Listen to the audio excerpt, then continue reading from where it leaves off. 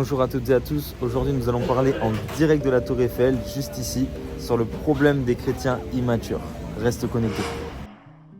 Bonjour à toutes et à tous, alors comme promis, je suis en direct de la Tour Eiffel pour vous donner un enseignement. Je pense que c'est un cadre merveilleux pour entendre parler de la parole de Dieu.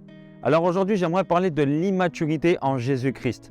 Beaucoup de personnes sont nées, mais ils ne sont pas nés adultes. Toi qui es né, tu n'es pas né à 18 ans, tu n'es pas né à 40 ans, peu importe l'âge que tu as dans cette vidéo, tu es passé par une chronologie, étape par étape, marche par marche. Comme nous, pour monter jusqu'ici, il y a eu 700 marches. On est passé par l'escalier. Ça a été tout un enseignement, ça a été long, ça a été dur, mais on a compris une chose, c'est que Dieu est un Dieu de processus.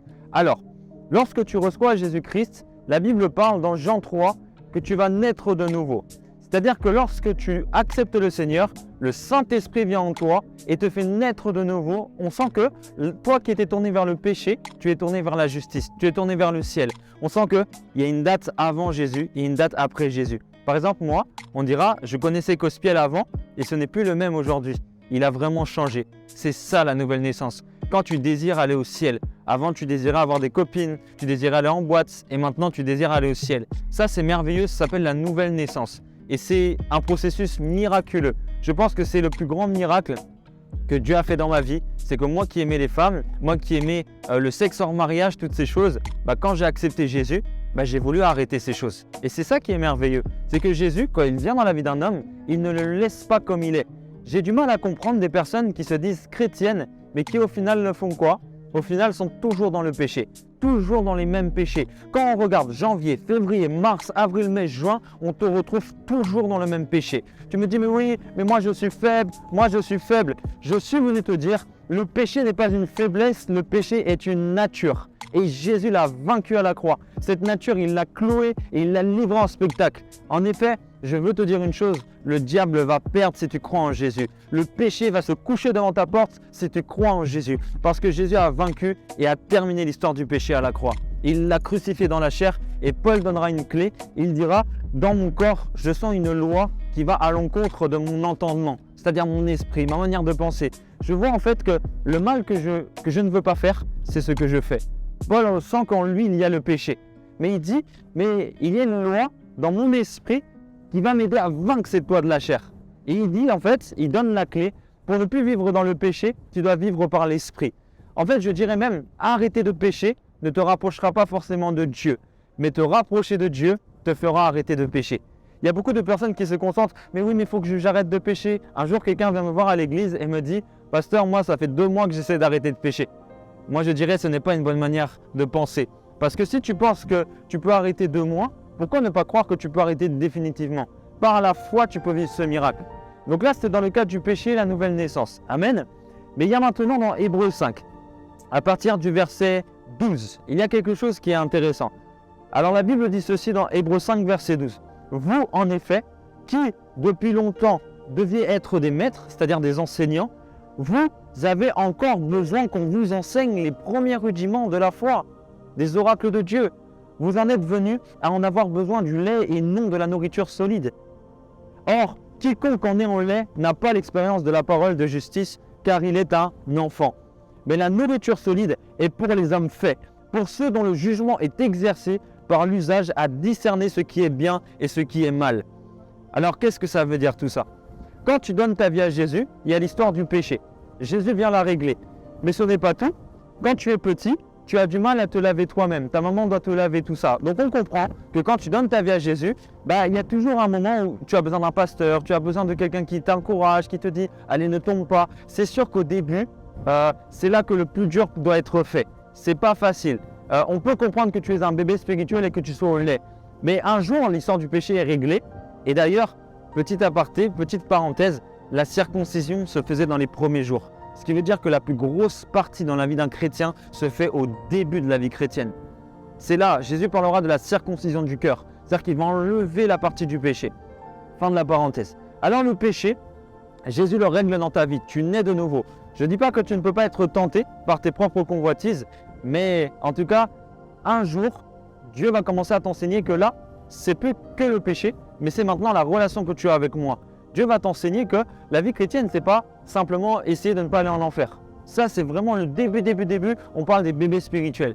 Mais quand tu grandis, on parle de ton héritage, on parle de ton ministère, on parle du discernement, on parle des dons, on parle de la vie éternelle, on parle de l'eschatologie, l'étude des temps de la fin, on parle des signes de son avènement, on parle de la maturité en Christ, on parle d'une croissance. Et ça, tu dois le connaître. Et dans Hébreu, l'auteur dira, je suis étonné de voir que vous, après avoir été à l'église, après qu'on vous a enseigné, vous en êtes encore au lait.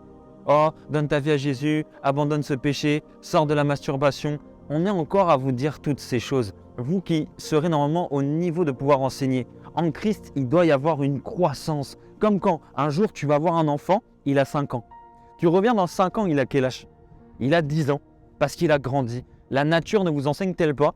Si un enfant passe de 5 ans à 10 ans, ça veut dire quoi? Ça veut dire qu'il grandit parce qu'il se nourrit. Si tu te nourris de la parole de Dieu, tu es censé grandir. Tu es censé avoir du discernement. Vous savez, le discernement, c'est quoi? C'est pour répondre à cette question. On dit souvent que le diable aime beaucoup ça, qu'on dise qu'il est partout. Il aime ça. Oh, il y a le diable partout. Comme ça, tu vis dans la peur. Le diable aime beaucoup qu'on dise qu'il est nulle part. Parce que on dira, bon non, c'est pas spirituel, tout ça. Ça, il aime beaucoup. Mais le diable déteste et hait les personnes qui ont du discernement. Qui disent, là, il n'y est pas, mais là, il est là. Le discernement, le diable déteste cela. Et le discernement, c'est également la maturité. Quand tu lis la parole, tu connais la parole. Quand ton pasteur prêche, tu te dis, ok, là, je sais si Dieu parle à travers lui ou je sais si Dieu ne parle pas à travers lui. Parce que je connais Dieu personnellement. Si ton église ferme, est-ce que tu prieras encore? Si ton assemblée ferme, est-ce que tu seras encore attaché à l'Éternel? Je crois en l'église locale. Quasiment tout le Nouveau Testament s'adresse à des églises. Donc, je crois en l'église locale. Mais il ne faudrait pas que tu sois dépendant d'une autorité, dépendant de frères et sœurs chrétiens, au point où si tu es seul pendant 5 ans, est-ce que tu prieras? Est-ce que tu liras la parole? Aujourd'hui, je veux simplement t'encourager à grandir spirituellement, à t'attacher à Dieu et qu'on puisse voir ta croissance. La Bible dit que tes progrès soient visibles aux yeux de tous. Il faut que même les gens du monde reconnaissent que tu grandis. Il faut que les gens à l'église et dans ton entourage, dans ta famille, reconnaissent que là, tu es en train de grandir et prendre en maturité. Mais prends aussi en maturité spirituelle. Qu'on dise, avant lui, il ne savait pas trop discerner, il était un peu bizarre, mais il a beaucoup grandi, il est devenu très sage et maintenant il sert l'Éternel. C'est comme ça qu'on doit te voir. Je t'encourage au travers de cette vidéo à te dire, mais suis-je immature?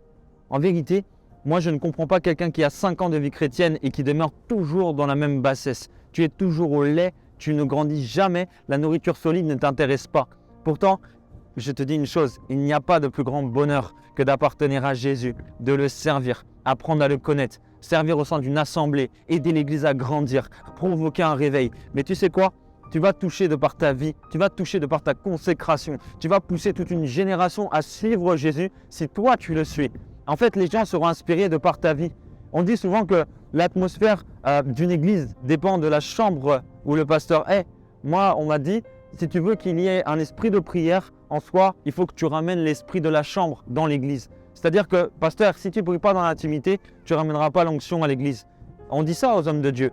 Je le dis aussi aux chrétiens, aux membres de l'église, à toi qui regardes cette vidéo, même si tu n'es pas un homme de Dieu, une femme de Dieu ou quoi, même si tu n'es pas un prophète ou un apôtre, tu dois te sentir concerné, tu as une mission.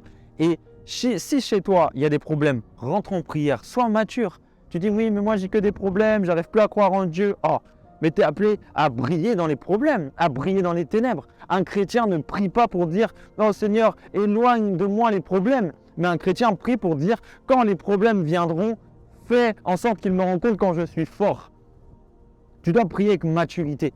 Un chrétien immature, comme je l'ai dit dans une autre vidéo, priera pour que le diable ne le touche plus jamais.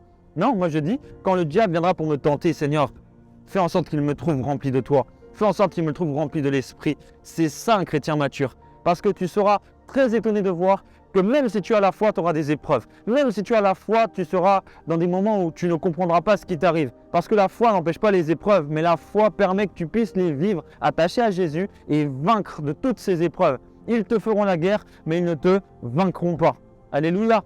Donc c'est ça que tu dois comprendre. Tout est possible à celui qui croit. Mais il y aura des épreuves, il y aura des combats, ça sera difficile. Mais Jésus sera avec toi dans la barque. Il ne t'abandonnera jamais. Au travers de cette vidéo, dis-toi que quand tu donneras ta vie à Jésus, il y aura un vent comme celui-ci, un vent très fort, où le diable voudra t'éloigner. Tu sentiras vraiment un vent de l'ennemi, où le diable voudra t'empêcher de croire en Dieu. Quand je mets mon pied à l'église pour la première fois, le soir, le diable me parle et me dit « Suicide-toi ». J'ai compris qu'il voulait m'attaquer. En fait, c'est le diable qui m'a fait croire en Dieu. Comment je vais à l'église, le diable me parle. Et puis après ceci, ce qu'on doit comprendre, c'est qu'il y aura des moments difficiles, mais tu gagneras toujours si tu es avec Jésus. Alors, au travers de cette vidéo, dis-toi, je veux grandir spirituellement. Tu vas l'écrire en cette fin de vidéo. Je veux devenir mature. Écris-le. Je veux devenir mature. Et Dieu verra que tu l'as écrit, Dieu verra que tu t'es engagé, parce que je crois que c'est un pas de foi de commenter. Alors, à partir d'aujourd'hui, abonne-toi à cette chaîne. On fera des enseignements, même à l'église La Compassion à Paris, sur la maturité spirituelle. On enseignera sur comment grandir, parce que tu ne peux pas en être toujours rendu à l'histoire du péché. Tu dois rentrer dans ton appel, servir le Seigneur et gagner des âmes. Que Dieu vous bénisse, abonnez-vous et à très bientôt. En tout cas, désolé pour le son qui a pas mal grésillé durant la vidéo. C'était le vent, on a dû cacher le micro. Et en tout cas, on espère que cette vidéo vous aura plu. N'hésitez pas à nous partager des sujets. Nous, on l'a fait à pied. Alléluia. Donc, waouh, c'est une belle expérience. Faites-le. Passez des bons moments en famille. Et soyez des chrétiens qui ont beaucoup de joie. Et c'est ça la maturité, c'est l'équilibre. Amen. Allez, on arrête là. Bye bye.